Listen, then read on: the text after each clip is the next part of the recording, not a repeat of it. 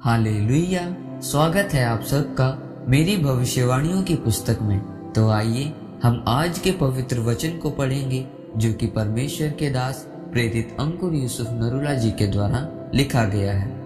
अपनी बुलाहट की पूरी होने की बाट जोहते रहो, जैसा कि पहला शमूएल अध्याय 16 उसकी 13 आयत में लिखा। तब शमूएल ने अपना तेल का सींग लेकर उसके भाइयों के मध्य में उसका अभिषेक किया, और उस दिन से लेकर भविष्य को यहोवा का आत्मा दाऊद पर बल से उतरता रहा। तब शमूएल उठकर रामा को चला गया। मेरे प्रियो, बाइबल में लिखा है कि परमेश्वर ने दाऊद को राजा होने के लिए चुना था। यह उसकी बुलाहट थी कि एक दिन उसको इजराइल का राजा बनाया जाएगा। जब हम बाइबल में इस ऊपर लिखे वचन को पढ़ते हैं तो लिखा है कि जब शमूएल नबी ने दाऊद के भाइयों के बीच में उसका अभिषेक किया, तब दाऊद 16 से 17 साल का था। लेकिन यह पहला अभिषेक उसका राजा होने के लिए नहीं हुआ था। मेरे प्रियो, फिर दाऊद अभिषेक पाने के लिए 13 साल तक भी राजा क्यों नहीं बनाया गया? क्योंकि परमेश्वर दाऊद को परख रहा था, उसके धीरज को देख रहा था।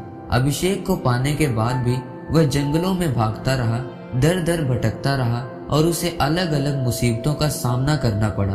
और 13 साल बाद परमेश्वर ने उसको दूसरा अभिषेक दिया कि तू यहूदा का राजा बनेगा, और फिर 7 साल बाद इजराइल का राजा बनेगा। मेरे प्रियो, बाइबल में लिखा है कि जब उसका 16 से 17 साल की उम्र में अभिषेक हुआ तो उसने उस अभिषेक को बना कर रखा और अपनी बुलाहट की पूरी होने के बाद जोहता रहा, क्योंकि उसको पता था कि परमेश्वर उसकी जिंदगी में काम जरूर करेंगे।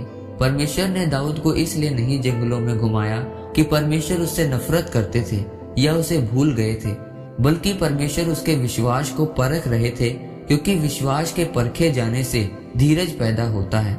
दाऊद ने अपने मन में कभी यह नहीं सोचा कि अगर परमेश्वर मुझे राजा नहीं बनाएगा तो मैं परमेश्वर को छोड़ दूंगा, पाप में चला जाऊंगा। उसने ऐसा कुछ नहीं किया। वह अपनी आशीष पाने के लिए पूरे धीरज के साथ बाट जोहता रहा।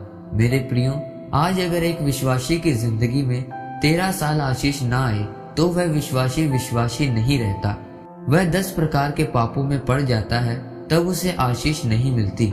तो वह सोचता है कि अगर परमेश्वर ने मुझे चुना है और मेरा अभिषेक किया है तो अभी तक मेरा यह काम क्यों नहीं हुआ, मुझे नौकरी क्यों नहीं मिली, 10 साल हो गए हैं लेकिन मुझे बच्चे की आशीष क्यों नहीं मिली, मैं अपनी बीमारी से आजाद क्यों नहीं हुआ।